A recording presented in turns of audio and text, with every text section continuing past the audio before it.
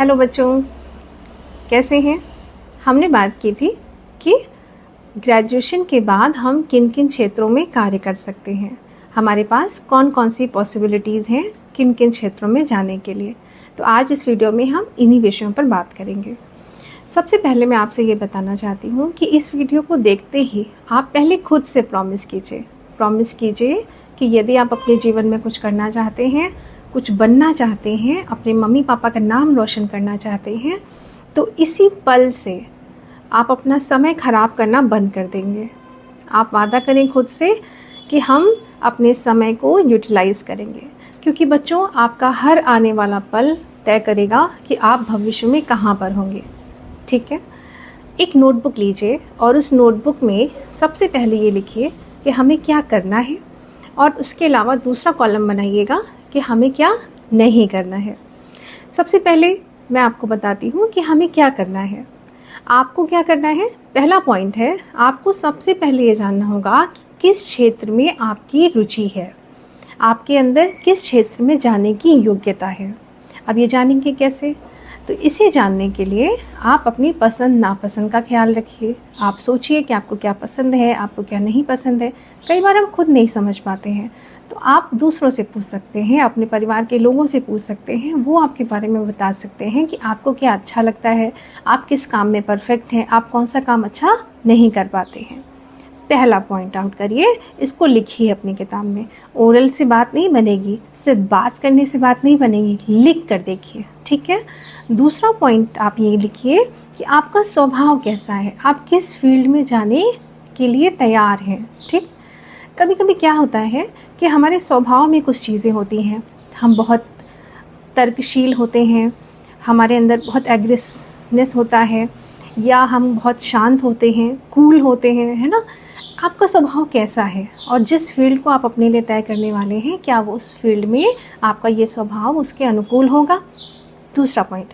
तीसरा पॉइंट, आपके पास कौन सा स्किल मौजूद है, आप कौन सा कौशल आपके पास है और आपको क्या करना है जिससे वो योग्यता आपके पास आ जाए। ठीक है, कौन सी स्किल पर आपको काम करना है।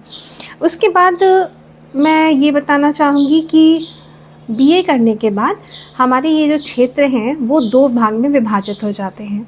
एक को हम कह सकते हैं लॉन्ग टर्म गोल और एक को हम कह सकते हैं शॉर्ट टर्म गोल। ठीक है, अभी मैं आपसे बताऊंगी कि लॉन्ग टर्म गोल में क्या क्या चीज़ें आती हैं और शॉर्ट टर्म गोल में क्या क्या चीज़ें आती हैं।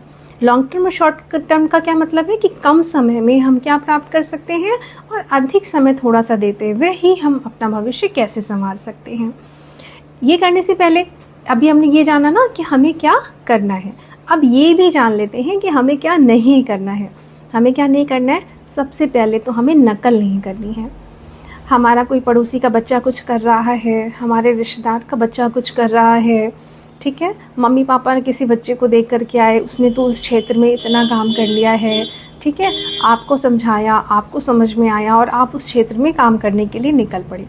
नहीं, आपको ये काम नहीं करना है। आपको अपनी रुचि, अपनी स्वभाव, अपनी योग्यता के अनुसार ही अपना क्षेत्र चुनना होगा। ठीक है, दूसरा पॉइंट, आलस नहीं करना, बहुत बड़ी बात है। मेहनत करना, आलस नहीं करना। इसे त्यागने में बहुत मुश्किल होगी, लेकिन आज का थोड़ा सा अनुशासन, आज का थोड़ा सा त्याग आपका कल आपका एक सुनहरा भविष्य बनाएगा। ठीक है, उसके बाद हमें क्या नहीं करना है, खुद को कम नहीं आंकना है। खुद को कम आंकने का मतलब आपको ये नहीं समझना है कि मैंने तो सिर्फ सिंपल ग्रेजुएशन कर लिया है, मेरे पास तो सिर्फ सिंपल सी डिग्री है, अब मैं क्या कर सकता हूँ, मेरे से बेटर तो और भी बहुत सारे लोग मौजूद हैं। नहीं, आपको ऐसा नहीं सोचना। आपको अपना क्या करना है, आत्मविश्वास बढ़ाना है, अपने ऊपर गर्व करना है। हर व्यक्ति में ईश्वर ने एक ऐसी योग्यता दी है जो दूसरे में नहीं है। आपको उस योग्यता को पहचानना है, आपको उसे पहचानते हुए कार्य करना है। हर किसी में है, कोई कम नहीं है। ठीक है, उसके बाद आपको क्या देखना है, आलोचना से घबराना नहीं है। समय लगता है, ठीक है, तो अक्सर लोग आपके आलोचक हो जाते हैं। देखो तो बहुत दिनों से लगे हुए हैं, काम सक्सेस नहीं पा रहे हैं, कुछ कर नहीं रहे हैं, घर बैठे रहते हैं, कमाते नहीं हैं, ठीक है, पैसे कम हैं, परिस्थितियाँ अजीब सी हैं, ठीक है, ऐसी किसी भी संभावना से, ऐसी किसी भी चीज़ से आपको घबराना नहीं है, ठीक है। ये सब आपको कामयाब होने में आपकी रुकावट बन सकता है। आप सिर्फ 6 से 8 महीने खुद पर काम करेंगे, आप निश्चित रूप से एक अच्छा भविष्य पा पाएंगे। ग्रेजुएशन के बाद हमारे 2 प्रकार के उद्देश्य बनते हैं। एक को हम कहते हैं लॉन्ग टर्म और एक को कहते हैं हम short term. Long term goal ऐसे गोल होते हैं, ऐसे लक्ष्य होते हैं जिन्हें प्राप्त करने के लिए हमें थोड़ा समय लगता है, यानी कि हमें 6 महीने से साल भर का समय लग सकता है। इसमें कौन कौन से क्षेत्र आते हैं? सबसे पहला क्षेत्र तो कंपटीशन का क्षेत्र आता है। आप यूपीएससी की तैयारी कर सकते हैं, एसएससी की तैयारी कर सकते हैं, बैंकिंग में जा सकते हैं, रेलवे में जा सकते हैं, ठीक है। इसके लिए तैयारी करने के लिए आपको खुद पर काम करना होगा, पढ़ाई करनी होगी और उसके लिए कम से कम आपको 8 से 10 महीने का अच्छा खासा समय चाहिए, ठीक है, लॉन्ग टर्म गोल। दूसरा, आप टीचिंग लाइन में जा सकते हैं। टीचिंग लाइन आप पीजी कर सकते हैं, ठीक। पीजी करने के पश्चात पीजीटी के एग्ज़ाम में बैठ सकते हैं, आप नेट क्वालिफाई कर सकते हैं, आप पीएचडी कर सकते हैं, जेआरएफ कर सकते हैं और इसके थ्रू आप डिग्री कॉलेज में पढ़ा सकते हैं, इंटर कॉलेज में पढ़ा सकते हैं। और अगर आपका लक्ष्य, आपको बच्चों से बहुत प्रेम है, छोटे छोटे बच्चों को पढ़ाना अच्छा लगता है, तो आप बेसिक टीचर ट्रेनिंग के कोर्सेज कर सकते हैं, उस क्षेत्र में जा सकते हैं। तो यहाँ पर भी थोड़ी सी आपको पढ़ाई करनी होगी और अपने ऊपर थोड़ा सा कार्य करना होगा। इसके अलावा क्या कर सकते हैं? आप लॉ के फील्ड में जा सकते हैं। मैंने पहले बताया आपका स्वभाव कैसा है ये आपको तय करना होगा। अगर आप तर्कशील हैं, आप विवेक, आपको लगता है कि मैं जो भी बात करता हूँ बहुत ही तर्कपूर्ण करता हूँ और मैं अच्छी तरीके से अपनी बात रख सकता हूँ, तो आपके लिए लॉ का फील्ड इंतज़ार कर रहा है। आप लॉ में जाइए, BA-LLB कर लीजिए या आप LLB 3 इयर्स का कोर्स कर लीजिए, ठीक है।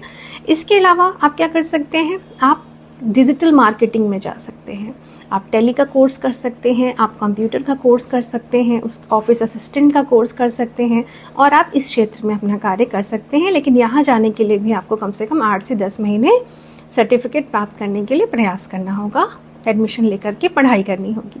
उसके बाद आप क्या कर सकते हैं? आपके लॉन्ग टर्म गोल में आ जाता है क्या? होटल मैनेजमेंट आ जाता है। होटल मैनेजमेंट में जा सकते हैं, ग्राफिक डिज़ाइनिंग में जा सकते हैं, आप खुद का अपना कोई बिजनेस खड़ा कर सकते हैं। मैंने लॉन्ग टर्म गोल में बिजनेस को इसलिए रखा क्योंकि अक्सर हम सोचते हैं कि हमने कोई बिजनेस डाला और हमें तुरंत ही उसका प्रॉफिट मिलने लगे, लेकिन ऐसा नहीं होता। बिजनेस में भी आपको टाइम देना होगा, तब आपको धीरे धीरे उसका प्रॉफिट मिलने लगेगा। बिजनेस कई प्रकार के हो सकते हैं। आप अच्छा खासा बड़ा बिजनेस भी कर सकते हैं और छोटे उद्योगों से भी शुरुआत कर सकते हैं। पैकेजिंग का उद्योग है, छोटे छोटे सामानों का उद्योग है, ठीक है। हम सर्च करेंगे तो हमें इसमें बहुत सारे ऑप्शन अवेलेबल मिल जाएंगे। इसके बाद आते हैं हमारे कुछ शॉर्ट टर्म गोल, यानी कि जल्दी पैसा कमाने की नियति।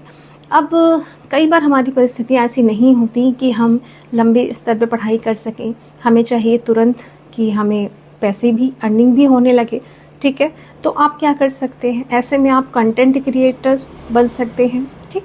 आप HR की फील्ड में जा सकते हैं, आप ASI के थ्रू कुछ कोर्सेज चलाए जाते हैं, आप उन्हें कर सकते हैं। इसके थ्रू जॉब आती है पुरातत्व संग्रहालय में, संग्रहालयों में, अभिलेखागारों में, उसमें अप्लाई कर सकते हैं। आप इवेंट मैनेजमेंट में जा सकते हैं, आप किसी NGOs में नौकरी कर सकते हैं, आप टाइपिंग सीख सकते हैं हिंदी और इंग्लिश की, या आप शॉर्ट हैंड भी सीख सकते हैं। ये दोनों ही चीज़ें आपको तुरंत जॉब दिलाती हैं। इसके बाद आप क्या कर सकते हैं? ट्यूशन ले सकते हैं। ट्यूशन छोटे बच्चों का तो आप तुरंत ले सकते हैं। इसके अलावा धीरे धीरे ट्यूशन पर काम करते हुए आप कोचिंग के एरिया में जा सकते हैं। फिर आप कहीं पर भी खुद के लिए एक छोटा बिजनेस डाल सकते हैं। तो ये थे आपके शॉर्ट टर्म गोल। इनमें से जो भी आप चूज़ करें उसको करने में बेटा, जो बातें मैंने पहले कही कि आपको क्या करना है, आलस का त्याग करना है। जब आप आलस का त्याग करेंगे ना, तो सारी चीज़ें बहुत धीरे धीरे आपके पास नज़दीक आती चली जाएंगी। आपका स्किल, आपका शॉर्ट टर्म ट्रेनिंग, आपका राइट डायरेक्शन ही आपको सफलता की तरफ ले जाएगा। ये सारी बातें करने के बाद मैं एक बात आपसे ज़रूर कहना चाहूँगी बच्चों, कि हमारी सबसे बड़ी समस्या हमारी परिस्थितियाँ नहीं होती हैं, ठीक है। हमेशा परिस्थितियाँ आपका साथ नहीं देंगी, ठीक। अब हम उसी के भरोसे बैठ जाएं कि मेरी तो परिस्थिति अच्छी नहीं थी इसलिए हम कुछ कर नहीं पाए, ये छोड़ दीजिए। जिस दिन आपने अपना लक्ष्य तय कर लिया, उसी दिन आपने अपना आधा रास्ता क्लियर कर लिया। ठीक है, परिस्थितियाँ कभी किसी लक्ष्य के आड़े नहीं आ सकती हैं।